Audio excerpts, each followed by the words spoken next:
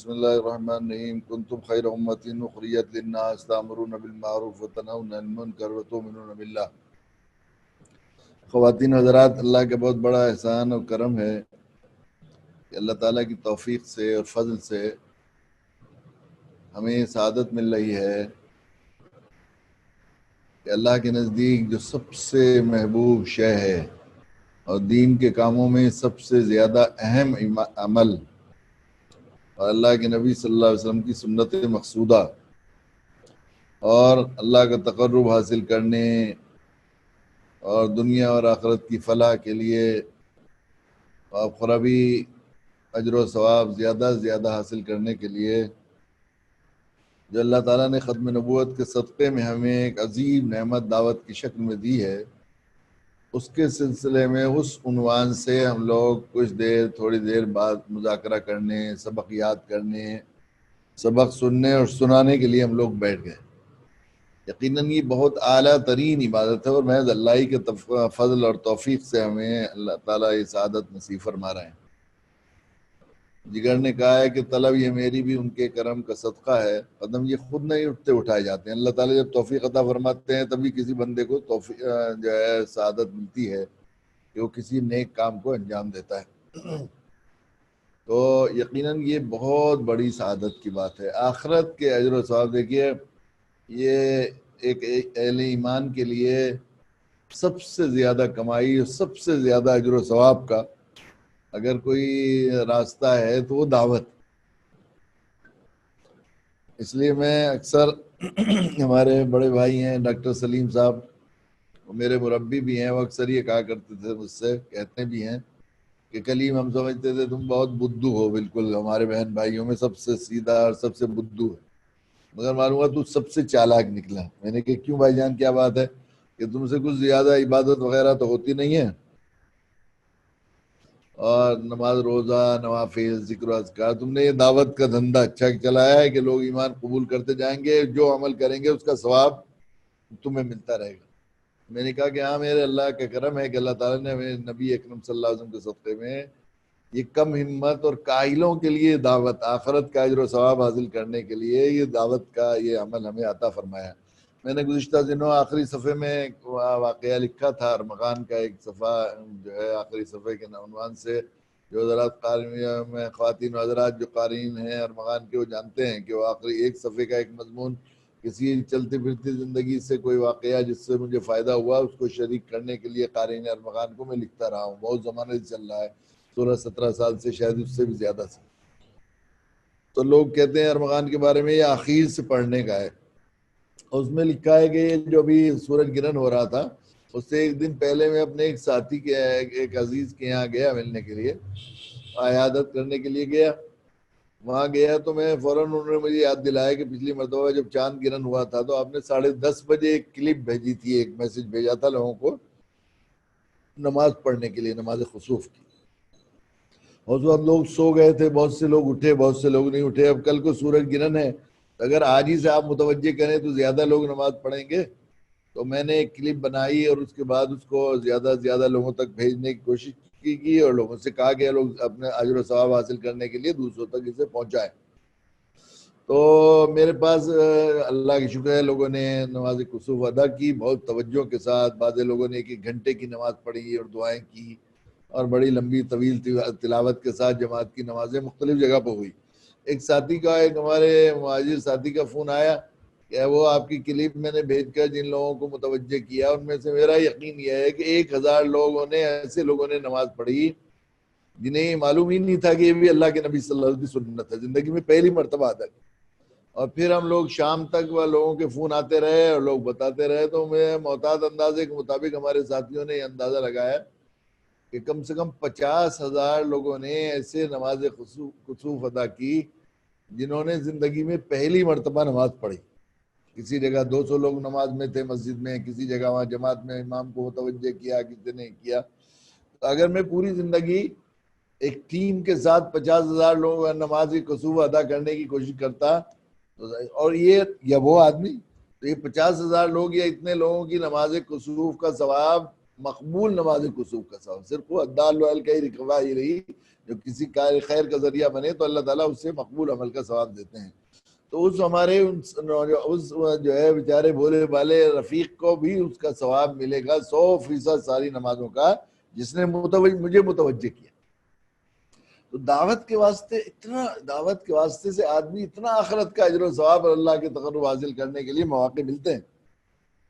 ایسے مقبول ایسے محترم عمل کے لیے اللہ تعالیٰ نے ہمیں کچھ باتیں کرنے کا موقع دیا ہے، سننے کا، سنانے کا. یا اس کیمپ میں شریک ہونے والے بہنیں اور بھائی جو یہ دعوت کے سلسلے میں، یہ دعوتی تربیتی ٹریننگ کے سلسلے میں جو چل رہا ہے، بہت بڑی سعادت کی بات ہے. اس پر جتنا شکر کریں کم ہے. یہ کوئی نفلی عبادت بھی نہیں ہے.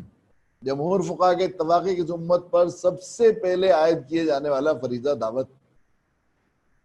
اور یہ بات بارہا میں کہی جاتی رہی ہے، اس کو میں یاد کرنے اور یاد کروانے کی کوشش کرتا رہا ہوں کہ کائنات میں اگر یہ کمپٹیشن منعقد کیا جائے کہ کائنات میں اللہ کی سب سے محبوب شے کیا ہے، پوری کائنات میں اللہ کی سب سے محبوب شے کیا ہے، تو صرف ایک لفظ کا جواب ہی اگر یہ منعقد کیا جائے تو صرف وہی آدمی اس کمپٹیشن کو کمپیٹ کر سکتا ہے جو ایک لفظ کا جواب دے دعوت. دعوت سے مطلب غیر ایمان والوں میں ایمان کی دعوت. اور اس کی دلیل یہ ہے کہ کائنات کے سب سے محبوب مخلوق ہے انسان، اور سارے انسانوں میں سب سے محبوب ہیں انبیاء علیہ الصلوۃ والسلام، اور سارے نبیوں میں سب سے محبوب ہیں جناب رسول اللہ صلی اللہ علیہ وسلم، جن کو جو حبیب اللہ، اللہ کے نبی صلی اللہ علیہ وسلم کا لقب ہے. حبیب اللہ، اللہ کے حبیب، اللہ کے پیارے. کیسی اللہ کو محبت ہے اپنے نبی جناب رسول اللہ صلی اللہ علیہ وسلم. پورا قرآن اس سے بھرا پڑا ہوا ہے. ایسا لگتا ہے جب اللہ کے نبی سے بات کرتے ہیں یا اللہ کے نبی کی طرف تخاطب متوجہ ہوتا ہے، اللہ متوجہ ہوتے ہیں، تو ایسا لگتا ہے کہ رحمتیں بلائیں لے رہی ہو، ایسی محبت سے. ایسے محبوب نبی کے بارے میں حضرت عائشہ رضی اللہ تعالیٰ عنہ سے خود جناب رسول اللہ صلی اللہ علیہ وسلم نے ارشاد فرمایا، عائشہ دین کی دعوت کے لیے جتنا میں ستایا گیا ہوں اتنا کوئی نبی نہیں ستائے گا. گویا دعوت کی راہ پر، دعوت کی اس محبوب عمل پر اللہ تعالیٰ نے اپنے نبی کو بلی چڑھا دیا. تو محبوب تر پر محبوب کو جو ہے قربان کیا جاتا ہے. اس کا مطلب ہوا کہ دعوت اللہ کے نزدیک ان کے حبیب سے بھی زیادہ محبوب. ایسا محبوب عمل ہے یہ دعوت، جس کے لیے ہمیں اللہ تعالیٰ نے توفیق عطا فرمائی کہ ہم اس کے دعوتی تربیتی کیمپ میں بہت مبارکباد دیتا ہوں کہ اس پروگرام کے شروع کرنے والے ہمارے عزیز مولوی سعد ندوی اور مولوی سراج ندوی اور ان کے رفقا کو، کہ انہوں نے یہ بہت اچھا سلسلہ شروع کیا کہ آن لائن یہ سلسلہ شروع کیا گیا. لاک ڈاؤن کے موقع میں اس سے پورا فائدہ اٹھایا جائے اور اس کی قیمت بنائی جائے. یقیناً یہ بہت ہوش مندی کی بات ہے. جو شرکاء ہیں وہ بھی قابل مبارکباد ہیں. یہ دعوت جو ہے فریضہ ہے، فریضہ. اور یہ فریضہ بھی اللہ کی کوئی مجبوری نہیں ہے. دیکھیے دین میں جو احکام ہم پر نافذ کیے گئے ہیں اس دین حنیف میں اور دین فطرت میں، وہ ہماری ضرورت کا لحاظ کرتے ہوئے کیے گئے ہیں، اور ان کی ترتیب بھی اسی لحاظ سے ہمارے مزاج، ہمارے تقاضوں کا لحاظ کرتے ہوئے کی گئی ہے. جو چیزیں جتنی زیادہ ضروری تھی اور جتنا پہلے ضرورت تھی اتنا زیادہ اس سے پہلے فرض کیا گیا، اس کو اولین درجے کی اہمیت دی گئی. تو جمہور فقہا کا اتفاق ہے کہ اس امت پر سب سے پہلے عائد کیا جانے والا فریضہ دعوت ہے. یہ سب سے پہلے فرض کیا جانا اس بات کی دلیل ہے کہ انسانیت کے لیے سب سے بڑی ضرورت دعوت.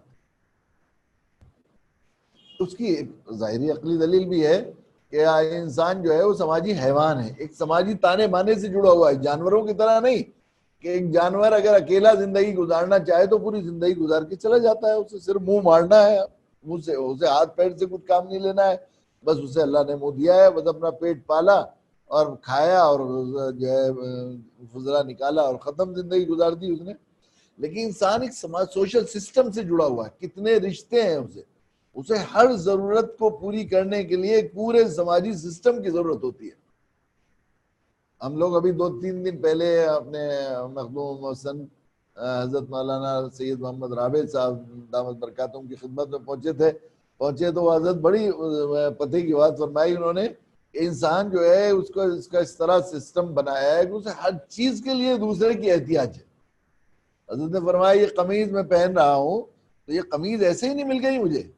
اس قمیض کے لیے پہلے لوگوں نے روئی بوئی، روئی بونے کے لیے بھی ہل چلانے والوں نے ہل چلایا، ہل بنانے والوں نے ہل بنایا، بیج لانے والوں نے بیج لایا اور نرانے والوں نے اس کی نرائی کی اور اس کے اندر سے صفائی کی، گھاس کی صفائی کی، پھر اس میں کھاد بنانے والوں نے فرٹیلائزر ڈالا، پھر اس کو بویا گیا، پھر اس کے پروان چڑھانے میں پانی لگایا گیا، پھر اس کے بعد اس کی کپاس تیار ہوئی، کپاس کو چنا گیا، چننے والے الگ تھے، پھر اس میں سے اس کے بیج اور بنولے الگ کرنے والے الگ آئے، پھر اس کو سوت کاٹنے کے لیے پورا ایک سسٹم کی ضرورت تھی، ان مشینوں کے بنانے والے الگ، سوت کاٹنے والے الگ، پھر سوت کی آٹیاں بنانے والے الگ، پھر اس کو جو ہے بننے کے لیے کارخانے بنائے گئے، ان کارخانوں کی مشینیں اور لیبر، یہ سب چیزیں ان کی ضرورت پڑی، اور اس کے بعد وہ کپڑا بنا تو پیکنگ ہوا کتنی کارخانوں میں، پھر اس پر مارکا لگا کتنے کارخانوں میں، پھر کتنے لوگوں سے بکتا ہوا، تھوک میں، ریٹیل میں بکتا ہوا، کس دکان پہ پہنچا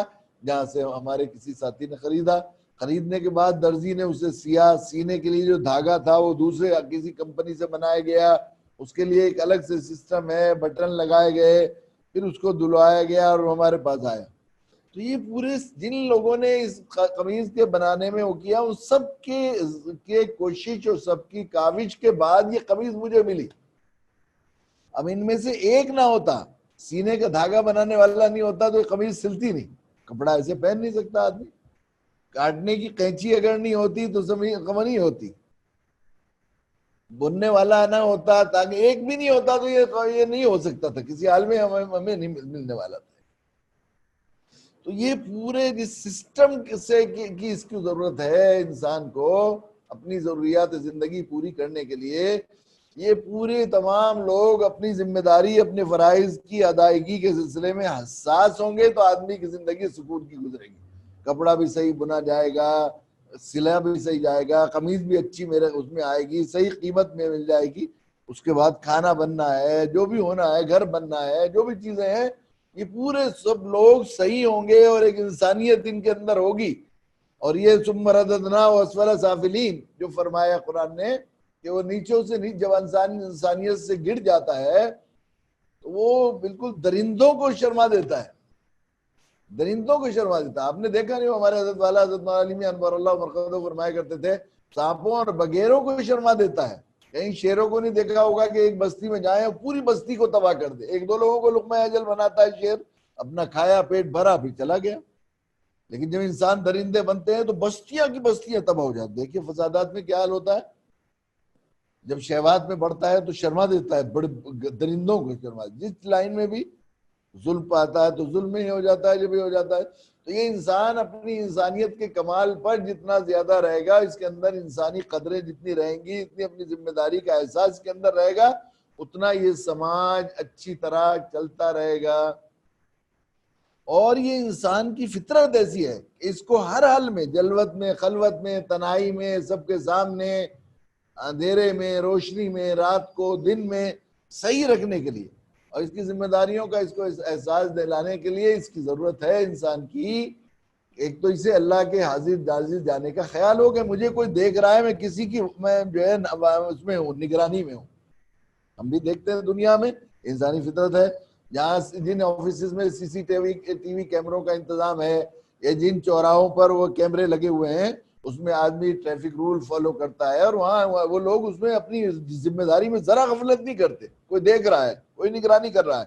اور پھر اس کے بعد احتساب ہے، حساب ہونا ہے، مجھے مرنے کے بعد حساب دینا ہے، آخرت کا تصور کہ مجھے آخرت میں اللہ کے سامنے اما من خاف مقام ربہ ونہی النفس عن الہوی فإن الجنۃ ہی المأوی، جو اللہ کے سامنے کھڑا ہونے سے ڈرا اور اس نے اپنی خواہشات کو اور اپنی چاہتوں کو روک سے اپنے آپ کو برائیوں سے روک لیا، گناہوں سے روک لیا، وہی جنت میں جائے گا۔ اسے یہ احساس ہوگا، تبھی انسان دنیا اور آخرت میں یا اس کا ہر حال میں انسانی قدروں پر برقرار رہ سکتا ہے۔ تو یہ اور اس کا استحضار پیدا کرنا اور بچے ایک انسان کو یہ بات سمجھانا اور اس کے دل میں اس کا یقین پیدا کرنا کہ ایک اللہ ہے جو ساری کائنات کو چلانے بنانے والا ہے، وہ ہمارا نگراں بھی ہے، ہر وقت ہم اس کی نگاہوں میں ہیں، وہ حاضر ناظر ہے، اس نے ایک سسٹم بنایا ہوا ہے پورا حساب کا، اور ہمیں حساب کتاب دینا ہے۔ اس کا نام دعوت۔ جیسے انسان کے اندر یہ شعور بیدار ہوتا چلا جائے گا کہ مجھے مرنا ہے اور مرنے کے بعد حساب دینا، اور میرا ایک اللہ ہے جس کے سامنے میں ہوں اور وہ مجھے دیکھ رہا ہے، تو یہ انسان انسانی قدروں پر باقی رہتا ہے، ورنہ حیوانیت اور درندگی کی حدوں کو پار کر جاتا ہے۔ اس لیے اس انسان کی ضرورت ہے یہ دعوت۔ یہ افسوس یہ ہے کہ یہ ہمارا منصبی فریضہ بھی ہے، یہ ہماری اولین ضرورت ہے، یہ انسانیت کے مسئلوں کا حل بھی ہے۔ میں نے 2003 اور 4 میں ایک مضمون لکھا تھا، ہر مرض کی دوا ہے صلی علی محمد۔ بہت ساری قسطوں میں اللہ کی شکر ہے وہ اب طباعت کے مراحل تک پہنچ گیا ہے انشاءاللہ الحمدللہ، لاک ڈاؤن کی برکتوں سے سمجھیے اللہ تعالیٰ نے فضل فرمایا ہے۔ تو اس میں یہ بات ہی لکھنے کی، یہ بات کہنے کی کوشش کی تھی کہ ملت کے تمام انفرادی، اجتماعی، سیاسی، تعلیمی، معاشرتی تمام مسائل کا حل اللہ کے نبی کی سنت مقصودہ اور ہمارے منصبی فریضے دعوت کے فرض کی ادائیگی میں، بلکہ انسانیت کے سارے مسائل کا حل ہے۔ صحیح بات تو یہ ہے، بلکہ اور اس سے آگے بڑھ کر میں یہ بات کہوں گا کہ کائنات کے تمام مسائل کا حل ہے، اس لیے کہ کائنات اس وقت اس کی بقا کا انحصار دعوت پر ہے۔ اس لیے کہ صحیح سچے مخبر صادق جناب رسول اللہ صلی اللہ علیہ وسلم نے فرمایا یہ قیامت قائم نہیں ہوگی جب تک زمین پر کوئی اللہ اللہ کہنے والا باقی رہے گا، اور اللہ اللہ کہنے والا باقی رہنے کا انحصار دعوت پر ہے۔ جب اللہ دعوت دینی بند کی جائے گی تو اللہ اللہ کہنے والے ختم ہوتے چلے جائیں گے اور پھر دنیا کائنات ختم ہو جائے گی۔ اس لیے کائنات کی بقا کا انحصار ہے دعوت پر، یہ ایسا عمل۔ لیکن افسوس کی بات یہ ہے کہ ہمارے ہاں یہ ہوتا ہے کہ ذرا کچھ، چونکہ اصل میں ایک بات یہ بھی ہے، چونکہ انسان کی بھلائی اور خیر کی سب سے بڑی کنجی اور ماسٹر کی ہے، اور شیطان انسان کا دشمن ہے۔ وہ جانتا ہے کہ انسانیت کے مسائل کا حل بھی ہے، امت مسلمہ کے مسائل کا بھی حل ہے۔ یہ ہے کہ امت جب تک دینے والی رہے گی اس کی عزت رہے گی، وقار باقی رہے گا، اس کی سربلندی رہے گی، اس کی حاکمیت رہے گی، اور جہاں یہ دینے والی نہیں بنے گی تو یہ لینے والی بن جائے گی۔ مدعو بنے گی تو فقیر بنے گی، بھکاری بنے گی، بے عزت ہوگی، ذلیل ہوگی، محکوم ہوگی، مغلوب ہوگی۔ امت مسلمہ کے مسائل کا حل بھی ہے اور انسانیت کے مسائل کا حل بھی ہے، یہ ہے، اور یہی ماسٹر کی ہے۔ تو شیطان کو بیر ہے، یہ دشمن ہے، کلم کلہ ان الشیطان لکم عدو فاتخذوہ عدوا۔ یہ جب دشمنی کسی کی ہوتی ہے، بدترین دشمن کا ایک حادثہ ہوتا ہے تو سب سے زیادہ قیمتی چیز کو ضائع کرتا ہے، سب سے زیادہ قیمتی چیز کو۔ علامہ ابن تیمیہ نے لکھا ہے کہ جو تمہیں یہ معلوم کرنا ہو کہ تمہاری سب سے بڑی ضرورت کیا ہے تو دشمنوں کے تیروں کا رخ دیکھو، دشمنوں کے تیر اسی طرف چلیں گے جو سب سے بڑی ضرورت ہے۔ تو شیطان دشمن ہے تو دشمن کے تیر کا سب سے زیادہ رخ ہے دعوت کی طرف، اس لیے کہ اس کا مشن سے بیر ہے دعوت سے۔ اس لیے کہ ان الشیطان لکم عدو فاتخذوہ عدوا، قرآن نے کہا کہ شیطان تمہارا دشمن ہے اور اسے دشمنی بنائے رکھنا۔ انما یدعو حزبہ لیکونوا من اصحاب السعیر، یہ اور اس کی جماعت کی کوشش یہ ہے کہ تمہیں جہنمی بنا دے، اور داعی کی کوشش یہ ہے کہ کوئی جہنم میں نہ جائے، سب جنت میں جائیں۔ تو مشن سے بیر ہے نا، اور یہ ماسٹر کی بھی ہے، ساری فلاح اور ساری خیر کی کا خزانہ ہے، منبع ہے دعوت میں۔ اس لیے انسان کی اس سے بڑی کوئی دشمنی نہیں ہو سکتی شیطان کی کہ اسے دعوت سے روکے۔ اس لیے کچھ بھی ہوتا ہے ایک دم دعوت کی گاڑی رک جاتی ہے۔ اول میں تو دعوت، صورتحال تو یہ ہے کہ امت مسلمہ کو دعوت کا شعور ہی نہیں ہے، انہیں یہ خیال ہی نہیں۔ عورت تو یہ ہے کہ خیر امت جس کو اسی مقصد کے لیے پیدا کیا، قرآن نے کہا کنتم خیر امت اخرجت للناس، تم سب سے اچھے ہو، تم سب سے بہتر ہو، خیر امت ہو انتم۔ حضرت عمر رضی اللہ عنہ فرمایا کرتے تھے، یہ نہیں فرمایا انتم خیر امت، کنتم خیر امت۔ انتم خیر امت کہ تم بھی اچھے ہو، تم اچھے ہو، وہ بھی اچھے ہیں، اس طرح ہوتا ہے نا۔ کنتم کے معنی صرف تم ہی ہو خیر امت، اخرجت للناس، اس لیے نہیں کہ تم سفید کپڑے پہنتے ہو، داڑھی رکھتے ہو، ذرا شریف سے لگتے ہو، اس لیے نہیں کہ تم ہمارے گھروں کو آباد کرتے ہو، اس لیے اچھے نہیں ہو کہ تم خوب اللہ کے راہ میں صدقہ خیرات کرتے ہو، یہ بھی نہیں فرمایا۔ یہ بھی نہیں فرمایا کہ تم حرمین شریف کی رونق بڑھاتے ہو، اس لیے کہ نبی نہیں ہو کہ تم سب گرمی کے زمانے میں ہماری محبت میں بھوکے پیاسے رہ کر روزے رکھتے ہو، کسی عبادت کا ذکر نہیں کیا۔ کنتم خیر امت اخرجت للناس، تمہیں انسانوں کی نفع رسانی کے لیے کون سی تامرون بالمعروف وتنہون عن المنکر، یعنی دعوت کے لیے نکالا گیا ہے، اسی کام کے لیے ہمیں نکالا گیا تھا، یہی ہماری زندگی کا مقصد تھا۔ لیکن ہمارے ہاں ذرا سی کوئی بات ہوتی ہے تو سب سے پہلے اگر کوئی چیز کی گاڑی رکتی ہے، ذرا سا چھینک آئے گی تو دعوت رک جائے گی، نزلہ ہوگا تو دعوت رک جائے گی، کوئی گھر میں کوئی باہر سے دروازے میں کھٹکا ہوگا تو دعوت رک جائے گی. سب چیزوں سب سے زیادہ چنانچہ اب یہ لاک ڈاؤن ہوا کورونا کا تو زیادہ موقع تھا اللہ کو بس سمجھانے کا. اللہ تعالیٰ نے دکھا دیا ہے کہ وہ ذات عالی ایسی ہے, بڑی بڑی طاقتیں اور سپر پاوریں, ایک ایسے بے جان مخلوق ہے جو مائکروسکوپ میں بھی دکھائی بڑی مشکل سے دینے والی ہے. سب سے چھوٹی مخلوق ہے وائرس, زندہ مخلوق بھی نہیں, مردہ ہے. انسانی جسم کے ذریعے اسے زندگی ملتی ہے. زندہ جسم مل جائے تو اسے, اور جیسے مر جاتا ہے تو وہ ختم ہو جاتی ہے. کتنا 0.00070 ٹیلی گرام اس کا وزن ہے. ساری دنیا کے کروڑوں لوگ, 1 کروڑ سے بھی زائد لوگوں تک پہنچا ہے. ابھی وہ آ رہا تھا کہ 2 گرام کرونا ابھی صرف دنیا میں پھیلا ہے. 70,000 کرونا وائرس کسی آدمی کے جسم میں آتے ہیں تو اسے پوزیٹیو ہوتا ہے, کرونا پوزیٹیو کا ٹیسٹ ہو. 70 ارب کرونا جو ہے وائرس اگر کسی کے جسم میں آتے ہیں تب اس کی پوزیٹیو رپورٹ آتی. 70 ارب, کروڑ نہیں, یعنی 70, آپ اندازہ کیجئے گا کتنا ہوگا. 7,000 کروڑ کرونا کسی کے پہنچے جسم میں پہنچیں گے, وائرس پہنچیں گے تب پوزیٹیو رپورٹ آئی. ساری دنیا میں صرف 2 گرام کرونا آیا ہے ابھی. بڑی بڑی سپر پاوریں, ایٹمی طاقتیں سرنگوں ہو گئی. وہ اللہ ہے.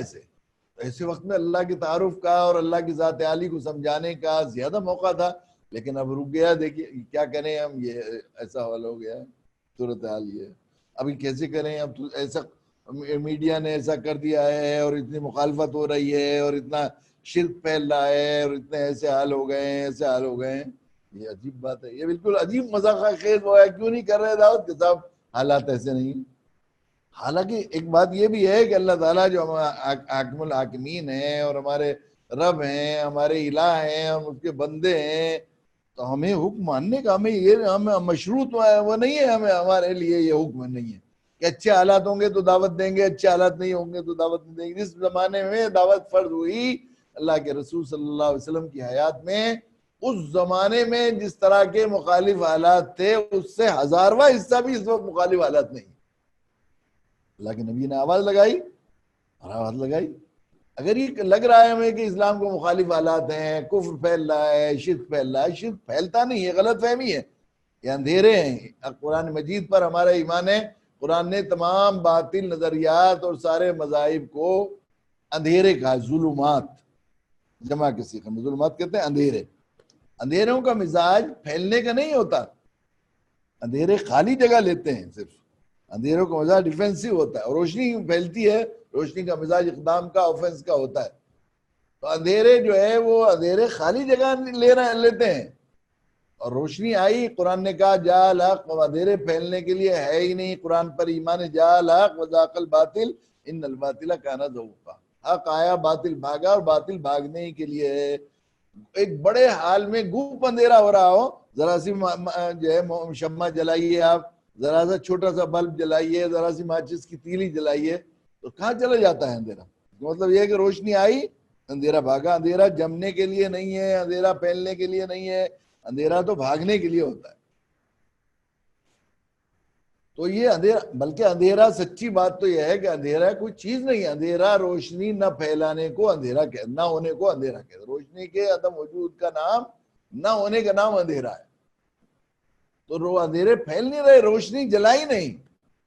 مسجد میں, کسی بلڈنگ میں, کسی آفس میں رات کو مغرب کے بعد جو ہے وہ خادم کی ذمہ داری ہوتی ہے کہ وہ لائٹ آن کرے, اس نے لائٹ نہیں جلائی, تو سب جو آنے والے لوگ ہوں گے یا نمازی ہوں گے مسجد میں تو کیا کہیں گے مؤذن صاحب, مؤذن صاحب اندھیرا کیوں کر رکھا ہے. اندھیرا کر نہیں رکھا ہے, انہوں نے روشنی نہیں جلائی.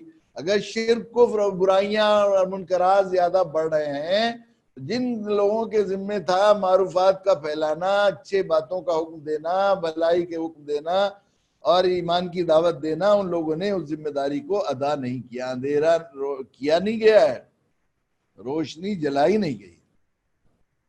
اب اندھیروں کا علاج اس کے علاوہ ایک بات یہ بھی ہے, اب اگر اندھیرے دکھائی دے رہے ہیں تو اندھیروں کا علاج اس کے علاوہ کچھ نہیں ہے کہ روشنی جلائی جائے. پوری دنیا کے لوگوں کو بلائیے, بڑے بڑے دانشوروں کو اکٹھا کیجئے, بڑے بڑے ماہرین سائنس کو بلائیے, بڑے بڑے سیاسی لیڈروں کو بلائیے, مذہبی مقتدی حضرات کو بلائیے, اور دنیا کی چیدہ قسم کے صاحب عقل و عقد کو اکٹھا کریں اور انہیں بتائیں کہ اندھیرے کو ختم کرنے کا کیا ہے، کیا طریقہ ہو سکتا ہے. تو اندھیرے کو ختم کرنے کا اور اس کا علاج صرف ایک ہے کہ روشنی جلائی جائے.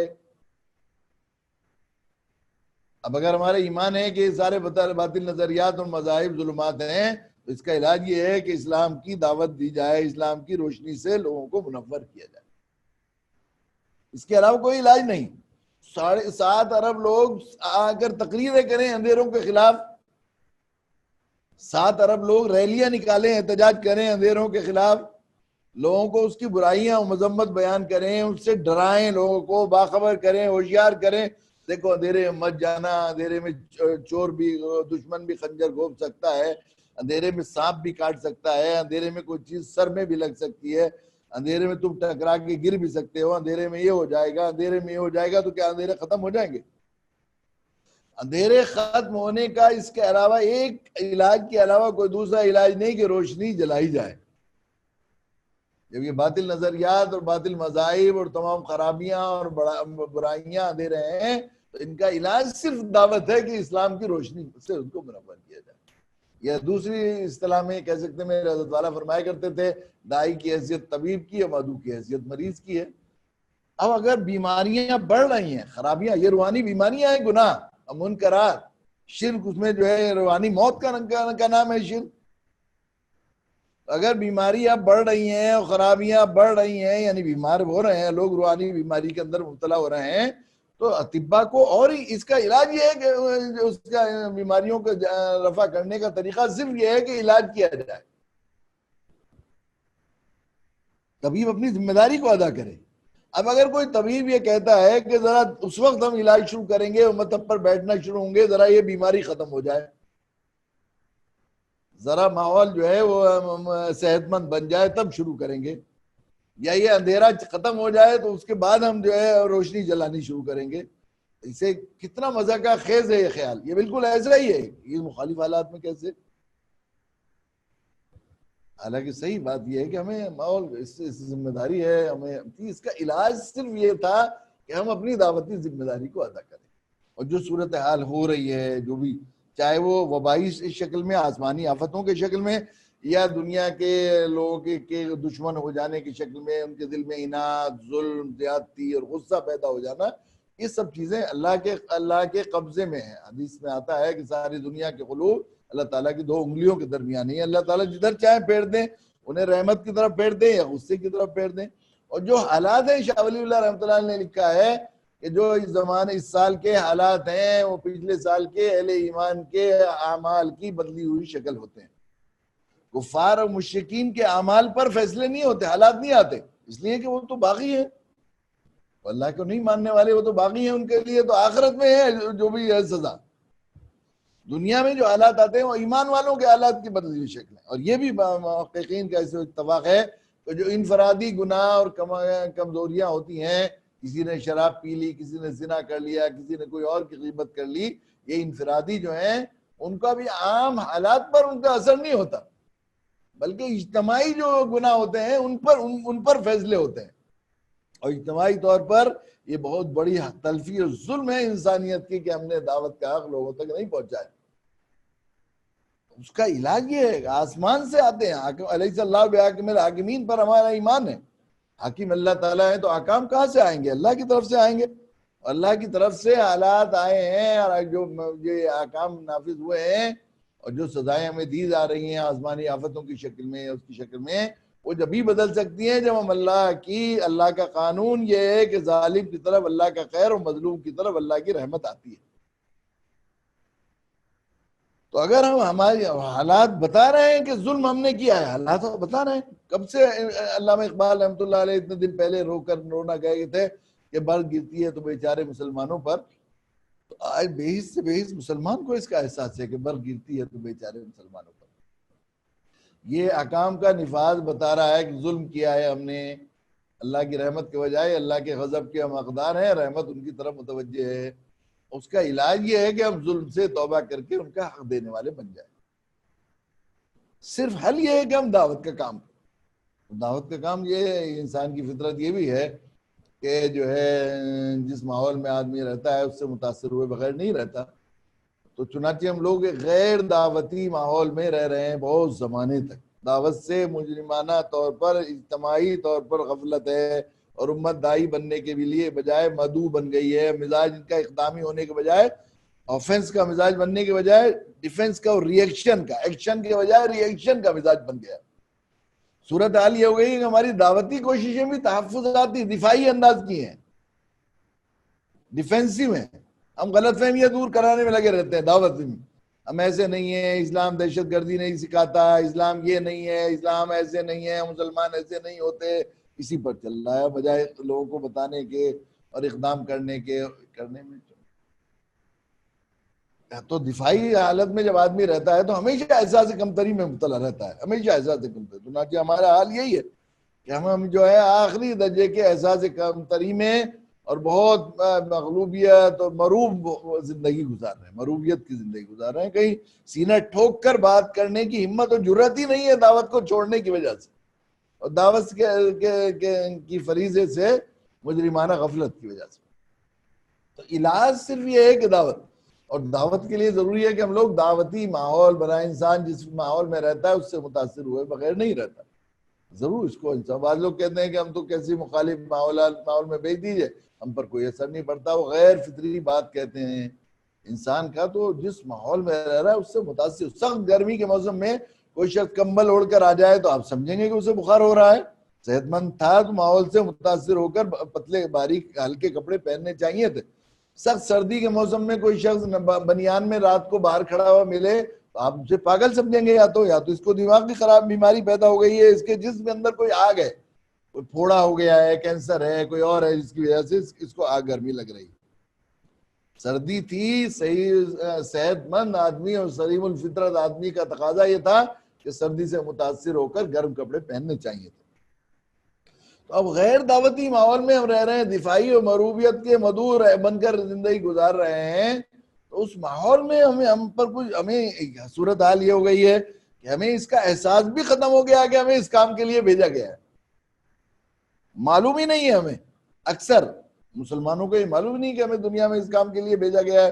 بلکہ یہاں تک ہے خواص امت اور بار مقتدی حضرات علماء جب نوجوان کبھی دعوت میں ہمارے لگتے ہیں تو ایک بڑی تعداد پورے ملک میں جگہ جگہ یہ بات سننے کو ملتی ہے کہ علماء اور مقتدی حضرات اور دینی دعوت دینی کوششیں کرنے والے اور بعض تحریکوں اور جماعتوں سے وابستہ لوگ یہ کہتے ہیں کہ یہ دعوت یہ ہمارا کام نہیں ہے.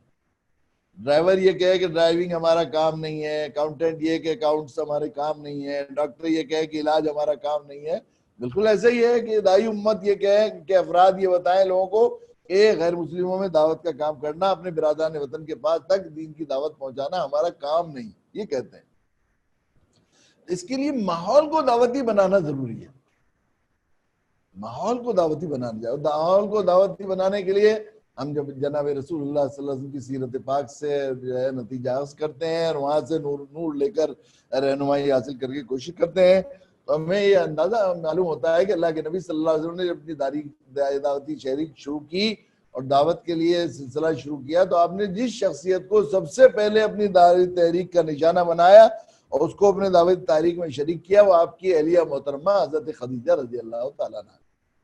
ماحول بنتا ہے گھر کے ماحول سے. گھر ایک یونٹ ہے انسان کی, اس سے پورا سماج میں اور ماحول میں ہوتا ہے. گھر کا ماحول دعوتی ہوگا تو پھر قوم کا اور علاقے کا ماحول دعوتی بن جائے گا. اور گھر کا ماحول بنتا ہے گھر والی سے, اہلیہ سے, خواتین سے بنتا ہے, مردوں سے نہیں بنتا. مردوں کے اثرات زیادہ مرتب نہیں ہوتے, صحیح ہے بات. گھر کا ماحول بنتا ہے گھر والوں سے, خواتین سے بنتا ہے. اس کے لیے ذمہ داری ہے کہ خواتین ہمیں, اگر ہم یہ چاہتے ہیں کہ ہمارے گھر مدینہ منورہ میں اور وہاں مکہ معظمہ میں صحابہ کرام رضی اللہ تعالیٰ عنہ کے ساتھ مل کر اللہ کے نبی صلی اللہ علیہ وسلم نے اتنی پورے حجاز سے کفر و شرک کا اس مخالف ماحول میں قلع کما کیا, اس کی وجہ یہ تھی کہ ماحول کو دعوتی بنایا. ہر گھر دار ارقم اور دار ابو ایوب تھا. یہ دو گھروں کا چونکہ یہ ابتدائی گھر تھے, مدینہ میں سب سے پہلا دار ابو ایوب تھا اور یہاں کا دار ارقم, اس لیے اس کا ذکر آ جاتا تھا. مگر صحابیات کہ یہاں ہر گھر کو دعوتی مرکز تھا اور ہر گھر کا دروازہ ہدایت تھا اور دروازہ دعوت تھا. وہاں سے چلتا تھا. اور اس کی وہ یہ تھی کہ خواتین کا ذہن بنایا گیا تھا. خواتین کو اللہ کے نبی صلی اللہ علیہ وسلم سفر حضر میں، حتیٰ کہ سفر میں بھی ازواج مطہرات میں سے کسی نہ کسی کو ساتھ میں رکھتے تھے، قرآن ڈال کر جس کا نام آ جاتا تھا اس کو ساتھ میں شریک رکھتے تھے. گاڑی کے 2 پہیے ہیں، اگر ایک پہیہ چلتا رہے اور ایک پہیہ نہ چلے تو ایک چند قدم بھی گاڑی آگے نہیں بڑھ سکتی. وہ تو گھومتی رہے گی، جیسے کولو کا بیل ہوتا ہے اس طرح گھومتی رہے گی، وہیں رہے گا، آگے نہیں بڑھے گی. ہمارے یہاں بھی یہی بات ہے کہ کسی مردوں کو دعوتی کوشش اور ذرا جذبہ پیدا بھی ہو جاتا ہے تو خواتین وہ ان کو جو ہے ایک طرح سے کھوٹے کی طرح روکے رکھتی ہیں. وہ اپنے مسائل اور دعوت یوں بھی ایک نفسیاتی بات بھی ہے کہ دعوت کا یہ عمل قربانی چاہتا ہے، اور قربانی کے لیے ظاہر ہے کہ سب جب ہوگا جب دونوں طرفین گاڑی کے دونوں پہیوں قربانی دے کر آگے بڑھے گے. تو خواتین کی دعوتی کوششوں کی دعوت اس میں جو ہے زیادہ اہمیت ہے. میرے لیے بڑی خوشی کی بات ہے کہ یہ جو سلسلہ چل رہا ہے اس میں خواتین بھی ماشاءاللہ بڑی تعداد میں اور خصوصیت کے ساتھ خواتین ہی کو نشانہ بنا کر اس مرتبہ یہ پروگرام کیا گیا ہے. یہاں خصوصاً ہندوستان کے حالات میں تو مردوں سے زیادہ خواتین کی دعوتی کوششوں اور دعوت کے کاموں کی اہمیت زیادہ ہے.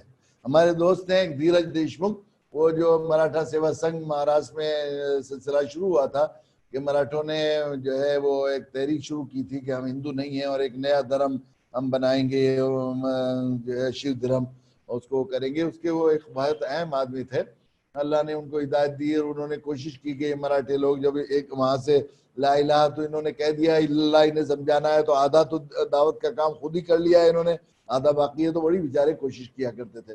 تو ایک مرتبہ میرے پاس وہ جو ہے اپنے لمبا سفر کر کے اورنگ آباد آئے اور کہا کہ مجھے بہت ضروری مشورہ کرنا ہے اور مجھے آپ تھوڑی دیر دے دیجیے. تو وہ آئے اور آ کر مجھ سے بڑی پتے کی بات کہی کہ ہندوستان میں دعوتی کوششیں کرنے کے لیے اور دعوت دینے کے لیے مردوں میں کام کرنے کی ضرورت نہیں ہے، صرف خواتین میں کام کرنے کی ضرورت ہے. اس کی وجہ یہ ہے کہ جتنی مذہبی پوجائیں اور مذہبی رسومات اور مذہبی تہوار ریلیجیس جتنے بھی ایکٹیویٹیز ہیں مذہبی جو ہے اور دینی اور دھارمک جو بھی ہیں پڑھتائیں، وہ سب عورتیں ہی ان کو لیڈ کرتی ہیں.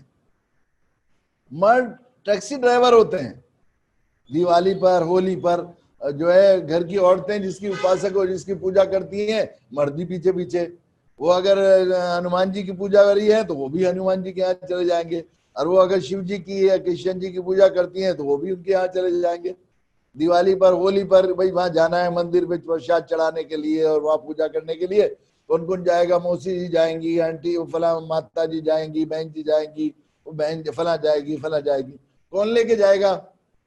اور بیٹا وہ پتا جی کہتے ہیں بھائی میں تو بہت تھک رہا ہوں آفس میں، بیٹا تم چلے جاؤ. بیٹا کہتا ہے نہیں نہیں، ہر ایک جان بچاتا ہے، نہیں نہیں میرا تو امتحان ہے، میں تو بالکل مجھے تیاری کرنی ہے، میں تو کچھ بھی نہیں پڑھ سکا.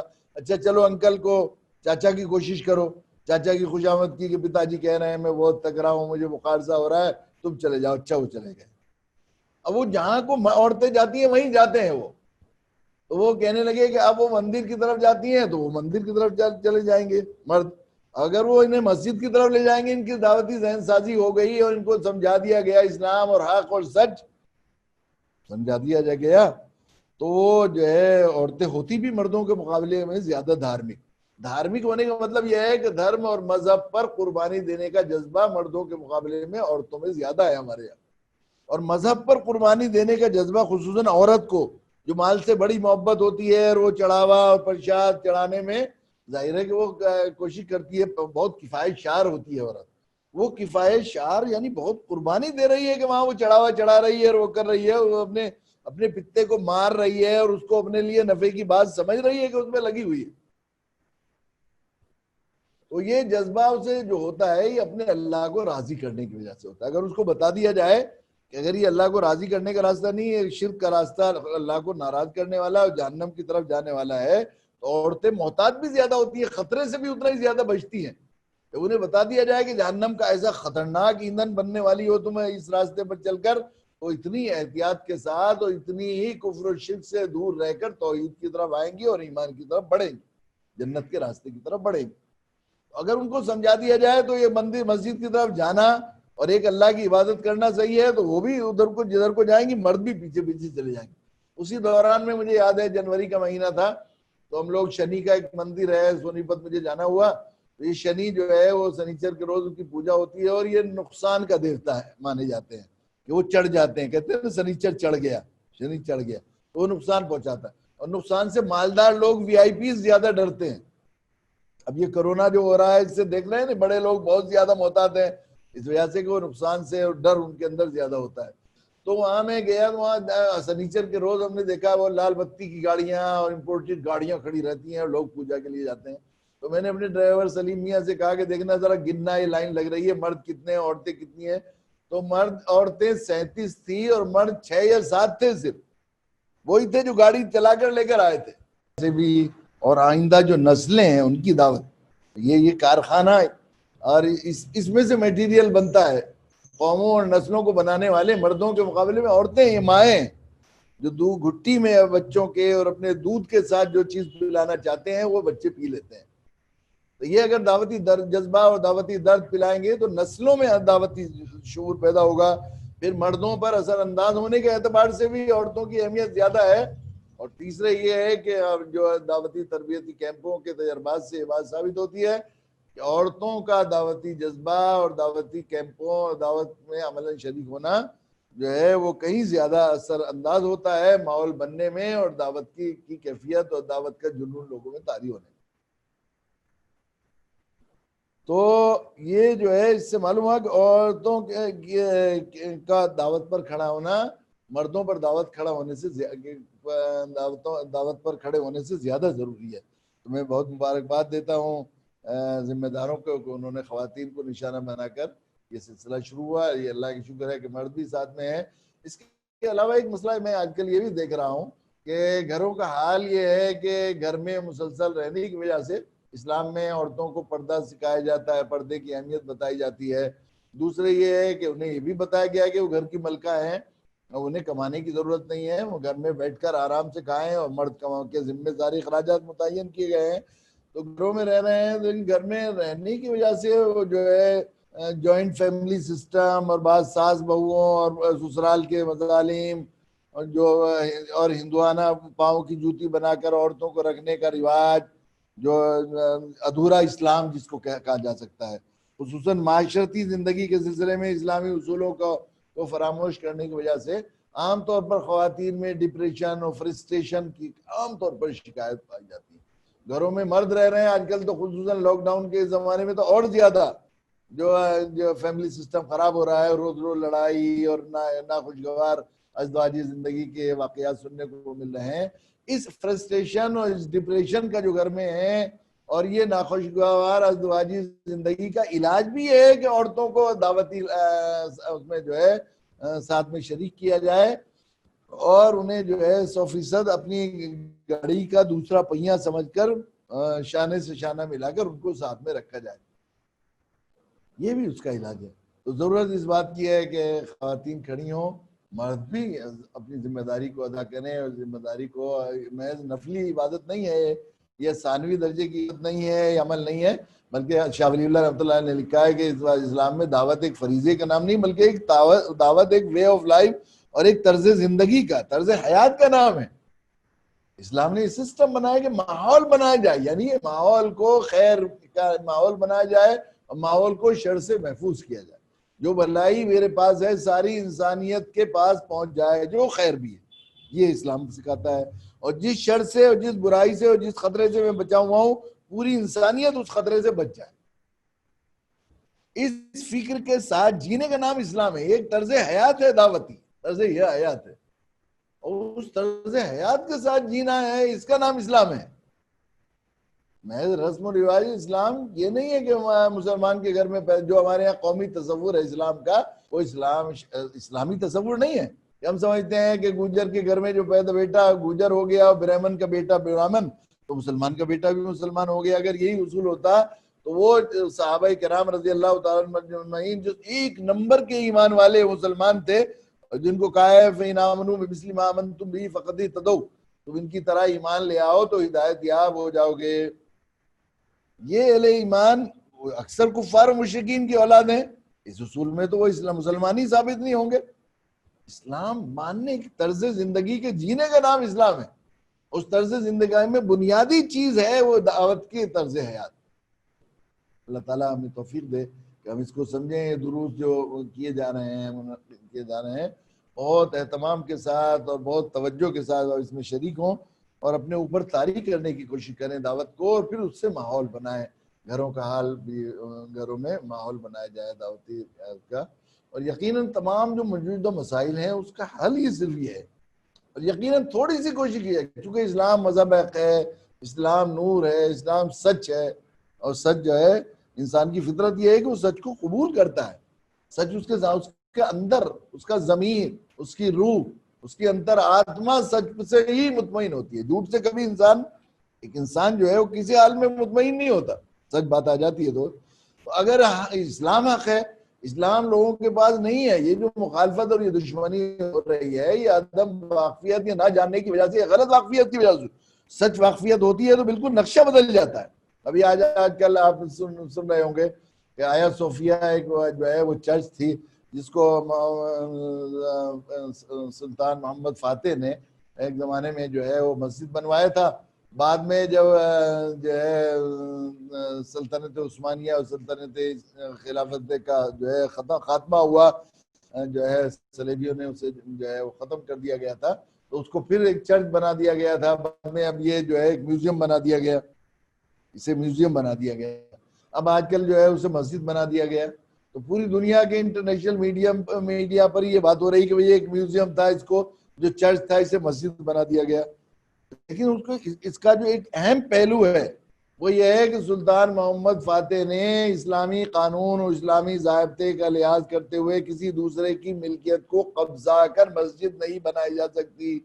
سرکاری زمین پر قبضہ کر کے یا کسی دوسرے کی ناجائز زمین پر ہتھیا کر مسجد نہیں بنائی جا سکتی, اس پر نماز پڑھنے کی اجازت ہی نہیں ہے.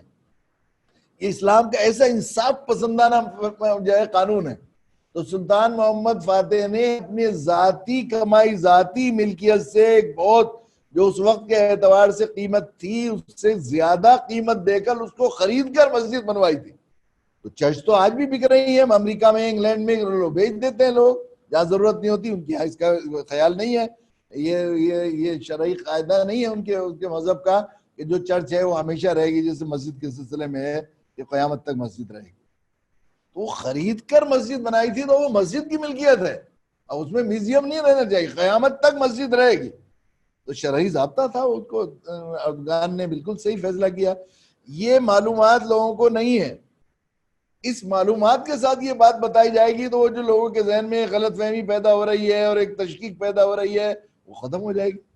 اس طرح اسلام کے بارے میں جو چیزیں, جو ضابطے, جو قاعدے, جو قانون, اسلام کا رحمت کے جو قانون ہیں اور ضابطے ہیں اور دین فطرت ہے, انسانی فطرت کے لیے ایک سلیم الفطرت آدمی جو ضابطہ اور قاعدہ اپنے لیے طے کرتا, وہی اللہ نے اسلام کے واسطے سے ہم پر طے کیا. اس کو اگر بتا دیا جائے اور صحیح تعارف ہو تو آدمی اس سے مطمئن ہوگا.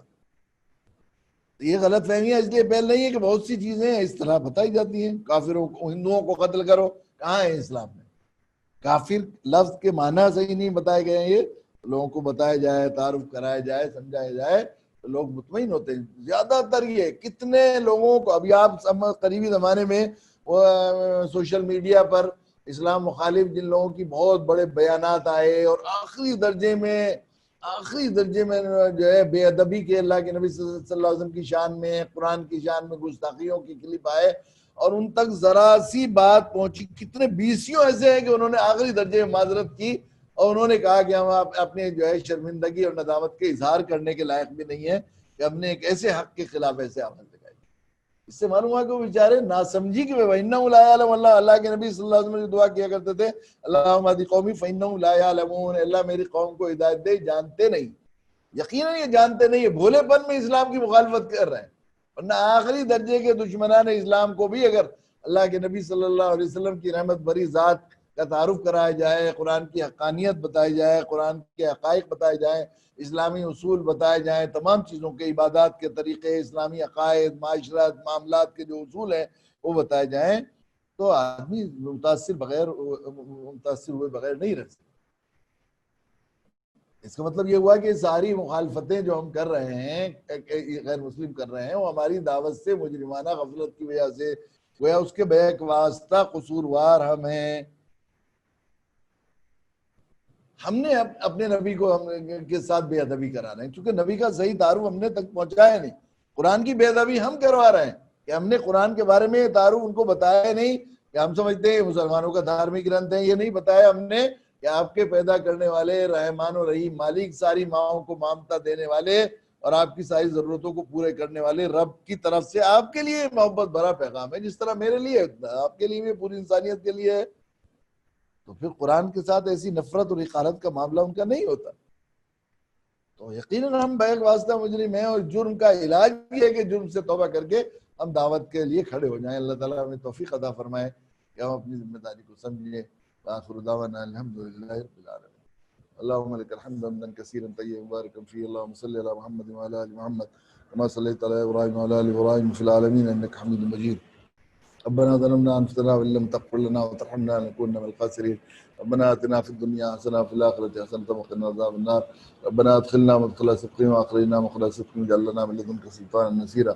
یا اللہ ہمارے گناہوں کو معاف فرما دیے، خطاؤں سے درگزر فرما دیے. کریم آقا آپ نے کیسا احسان و کرم فرما کر ہمیں خیر امت کا فرد بنایا، اپنے آخری نبی جناب رسول اللہ صلی اللہ علیہ وسلم کا امتی بنایا، اور آپ پر ختم نبوت کا اعلان فرما کر رب کریم دعوت کو ہمارا فرض منصبی بنا کر قیامت تک ہماری سرفرازی سربلندی کا انتظام فرمایا.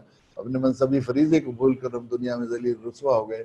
رب کریم ہمیں اس جرم سے سچی توبہ کی توفیق نصیب فرما دیجیے.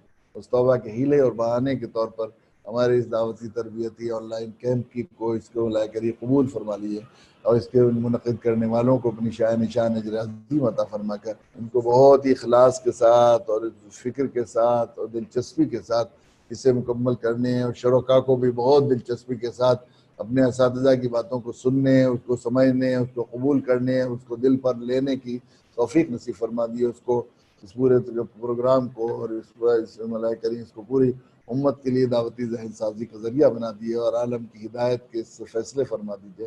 حاضرین کی حاضری قبول فرما لیے، شرکا کی شرکت قبول فرما لیے، تمام جائز مرادوں کو پوری فرما دیے.